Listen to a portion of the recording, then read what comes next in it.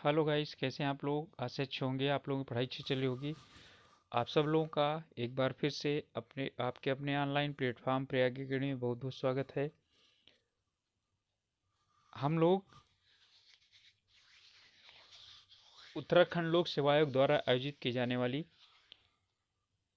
EO और कर inspector यानी कि टैक्स इंस्पेक्टर्स जो नगर निगम के लिए भर्ती की जानी है उससे संबंधित एमसीक्यूज कर रहे थे। तो इसी से संबंधित आगे हम लोग कर रहे हैं आज पर्यावरण। तो पर्यावरण संबंधी हम एमसीक्यूज करेंगे।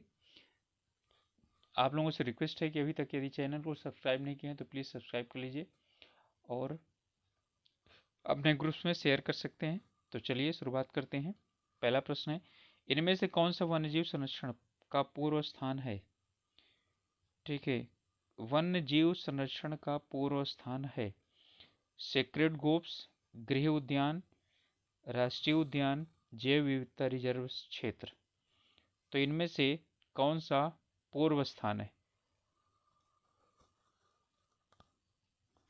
तो पूर्व स्थान है गृह उद्यान। स्वास्थानीय पूर्व स्थानीय आप लोग जानते ही होंगे। किस उर्वरक में मिट्टी के पीएच मान को कम करने की क्षमता है। यूरिया में, अमोनिया में, राक फास्फेट में या पोटास म्यूरेट में। ठीक है, तो जो पोटास म्यूरेट है ये क्या कर देता है, पीएच मान कम कर देता है। पीएच मान कम करने का मतलब है कि यदि मिट्टी क्या है, क्षारीय है, तो उसे क्या कर देता है, कम क्षारीय कर देता है या अम्लीय कर देता है। ठीक है, तो अम्लीय मिट्टी में पोटास प्यूरेट का प्रयोग नहीं किया जाता। इन कथनों पर विचार करना है। यह भारत के पूर्वी तट पर है। यहाँ विश्व पक्षी अभयारण्य है, पूर्वी तट पर है और विश्व पक्षी अभयारण्य है। यह भारत के प्रसिद्ध अंतरिक्ष अनुसंधान केंद्र के समीप भी है। यह खारे पानी की झील भी है। ठीक है, तो ये पुल यानी कि पुलिकट झील के विषय में कौन कौन सा क्या है इसमें सत्य है। कुल मिलाकर के पूछ रहा है कि पुलिकट झील में के संबंध में कौन कौन सा सही है। तो यह पूर्वी तट पर है, बिल्कुल है। प्रसिद्ध पक्षी अभयारण्य है, बिल्कुल सही है। और अंतरिक्ष अनुसंधान के समीप भी ये भी सही है और ये खारे पानी की झील भी है, अर्थात डी हो जाएगा। तो चारों इसके लिए सही है। नाचने वाला हिरण भारत में किस प्रदेश में पाया जाता है। गुजरात, तमिलनाडु, मणिपुर या जम्मू कश्मीर। तो कहाँ पर पाया जाता है, मणिपुर में पाया जाता है नाचने वाला हिरण। इनमें कौन सा राष्ट्रीय उद्यान विश्व धरोहर में शामिल है।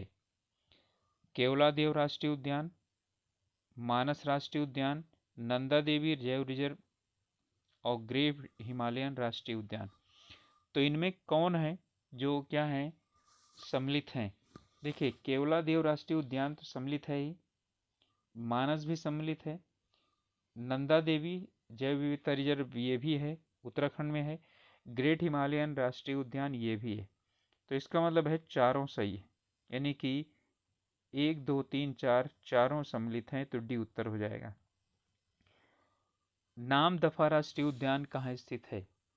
असम, मणिपुर, अरुणाचल प्रदेश और मिजोरम। तो ये यानी कि स्थित है अरुणाचल प्रदेश में। Clouded leopard national park, clouded leopard national park कहाँ पर है। जम्मू कश्मीर, उत्तराखंड, त्रिपुरा या सिक्किम में। तो ये कहाँ पर है, त्रिपुरा में है। पिन घाटी राष्ट्रीय उद्यान किस प्रदेश में है। हिमाचल प्रदेश में है, उत्तराखंड में है, उत्तर प्रदेश में है या जम्मू कश्मीर में है। तो पिन घाटी राष्ट्रीय उद्यान कहाँ पर है, हिमाचल प्रदेश में है। पंपदुम 16 राष्ट्रीय उद्यान कहाँ पर स्थित है। उत्तराखंड, केरल, छत्तीसगढ़ और राजस्थान। तो अब उत्तराखंड में तो है नहीं, ठीक है, ये राजस्थान में भी नहीं है। तो अब छत्तीसगढ़ और केरला में दो में से एक जगह चुन लीजिए जहाँ पर भी है। तो ये कहाँ पर है, केरला में है।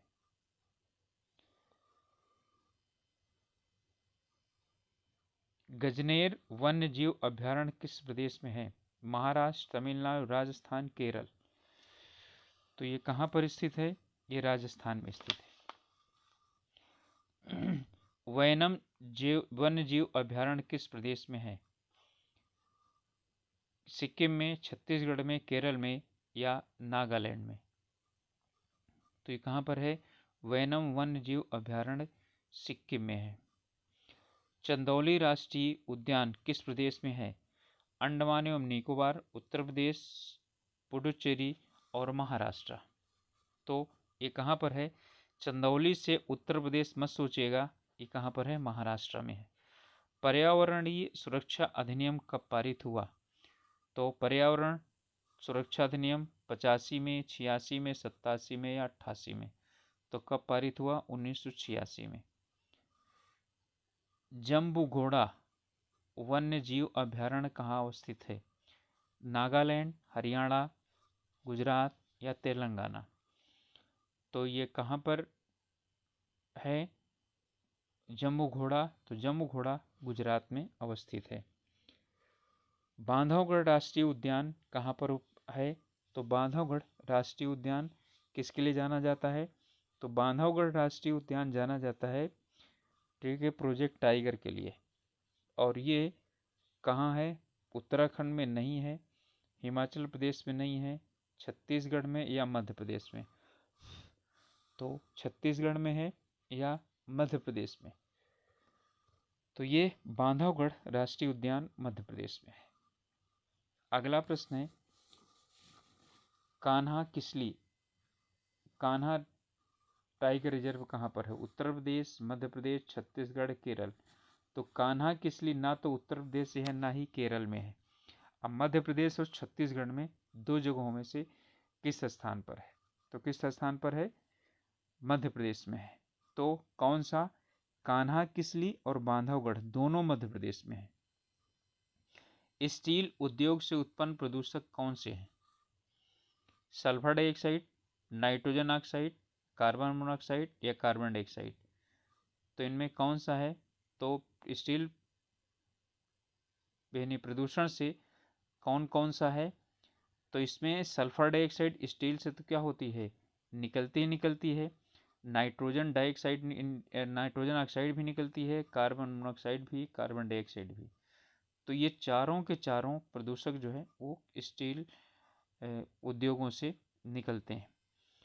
इनमें से द्वितीयक प्रदूषक कहा जाता है। द्वितीयक प्रदूषक ओजोन को, बेंजीन को, सल्फर डाइऑक्साइड को, कार्बन मोनोऑक्साइड को। ठीक है, तो किसे कहा जाता है? द्वितीयक प्रदूषक, यानी कि जो शुरुआत में हो वो प्रदूषक के रूप में कार्य न करे, लेकिन बाद में यदि वो बदल जाए तो प्रदूषक के रूप में कार्य करे। तो ये सब शुरुआत वाले ही क्या हैं? यानी कि कार्य करने वाले हैं। तो यहाँ पर एक है, वो है क्या? ओजोन। ये प्रारंभिक अवस्था में क्या नहीं करता है? प्रदूषक की तरह कार्य नहीं करता, लेकिन जब क्या हो जाता है? बदल जाता है तो प्रदूषक की तरह कार्य करता है। तो ओजोन हो जाएगा हमारा उत्तर। ओजोन परत के क्षरण के लिए कौन सा जिम्मेदार है?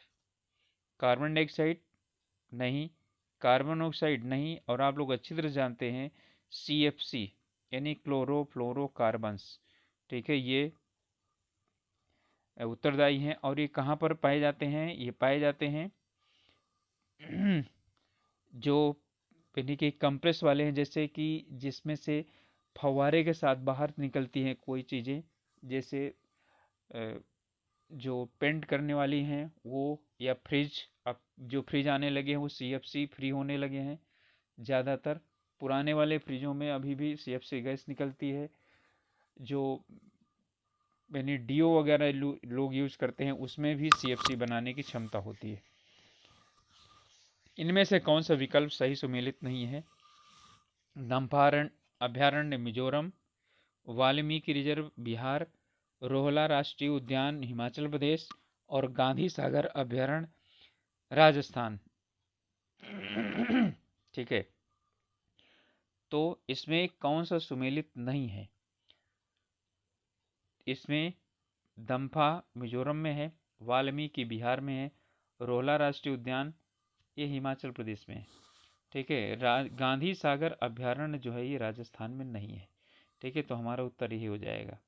सुमेलित नहीं है। इनमें कह रहा है कौन से कथन सत्य हैं? जैव उर्वरक फसलों को सीधे पोषक तत्व प्रदान करते हैं। जैव उर्वरक में नाइट्रोजन, पोटेशियम और फास्फेट होते हैं जो पौधे की देखभाल करने में सक्षम है। केवल एक सही है, केवल दो सही है, दोनों सही है, या कोई सही नहीं है। ठीक है, तो इनमें से क्या है? कोई सही नहीं है।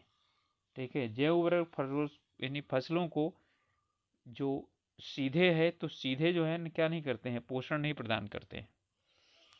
और जैव उर्वरक में नाइट्रोजन, पोटेशियम, फास्फेट जो होते हैं देखभाल करते हैं। ठीक है, ऐसा इतना कोई नहीं है। तो इनमें से जो है ना कोई सा भी क्या है, सही नहीं है। जब तक जैव उर्वरकों को उसमें मिट्टी में पानी में नहीं घोला जाएगा तो सीधे कैसे उसको जो है ना फायदा पहुंचाएंगे। प्रोजेक्ट एलिफेंट के अंतर्गत कितने एलिफेंट रिजर्व बनाने की घोषणा की गई है?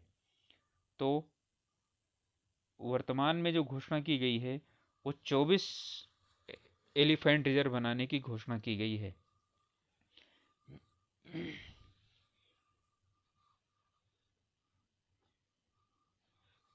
साइलेंट वैली नेशनल पार्क कहाँ स्थित है? केरल में, कर्नाटक में, तमिलनाडु में, आंध्र प्रदेश में। तो साइलेंट वैली नेशनल पार्क कहाँ है? केरल में है। इनमें से कथनों पर विचार करना है। कह रहा है साले गैस, कोयला, तेल और मीथेन, सख्त बलुआ पत्थर, मीथेन हाइड्रेट्स, इनमें से प्राकृतिक गैस के अपरंपरागत स्रोत कौन से हैं? यानी कि कौन से ऐसे अपरंपरागत स्रोत हैं, मतलब ऐसे स्रोत कौन से जिनसे प्राकृतिक गैस बनाई जा सकती है, ये कह रहा है। इसका मतलब, इसका अर्थ ये है। ठीक है, तो इनमें से साले गैस भी हैं, कोयला, तेल और मीथेन भी है, सख्त बलुआ पत्थर भी है, मीथेन हाइड्रेट्स भी हैं। यानी कि ये सभी ऐसे हैं जिनसे क्या किया सकता है, अप्राकृतिक रूप, यानी कि प्राकृतिक गैस बनाई जा सकती है अपरंपरागत रूप से। प्राकृतिक गैस तो नेचर ने बनाई है ना, इसलिए इसे नेचुरल गैस बोलते हैं, प्रकृति ने बनाई है। लेकिन इसे क्या किया जा सकता है, बनाया जा सकता है।